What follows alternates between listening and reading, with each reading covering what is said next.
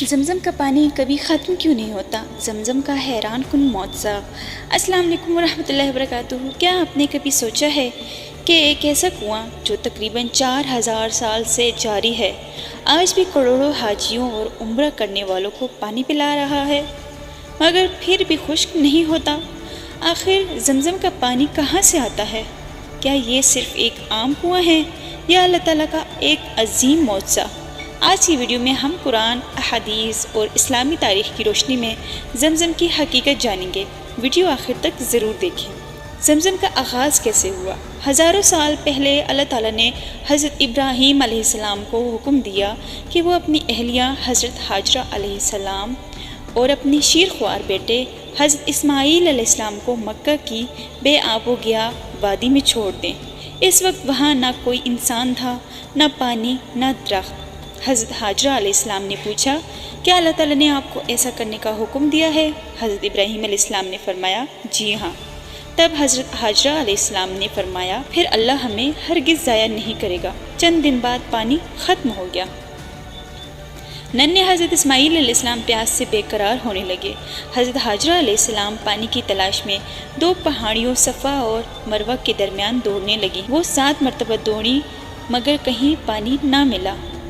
اسی وقت اللہ تعالیٰ نے حضرت جبرائیل علیہ السلام کو بھیجا۔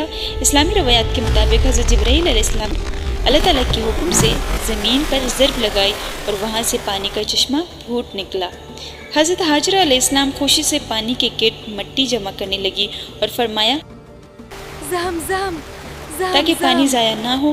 اسی وقت سے اس چشمے کا نام زمزم پڑ گیا۔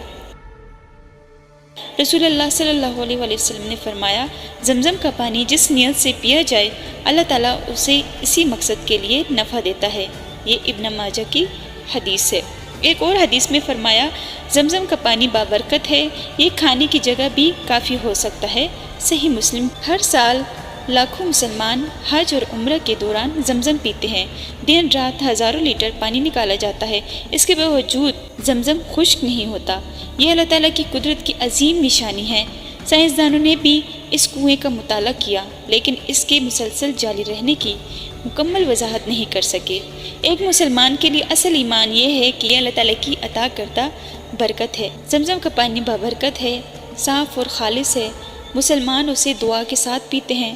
دنیا بھر سے لوگ اسے تحفے کے طور پر لے کر جاتے ہیں۔ زمزم پینے کا طریقہ۔ رسول اللہ صلی اللہ علیہ وسلم کی سنت کے مطابق قبلہ رخ ہو کر پینا بہتر ہے۔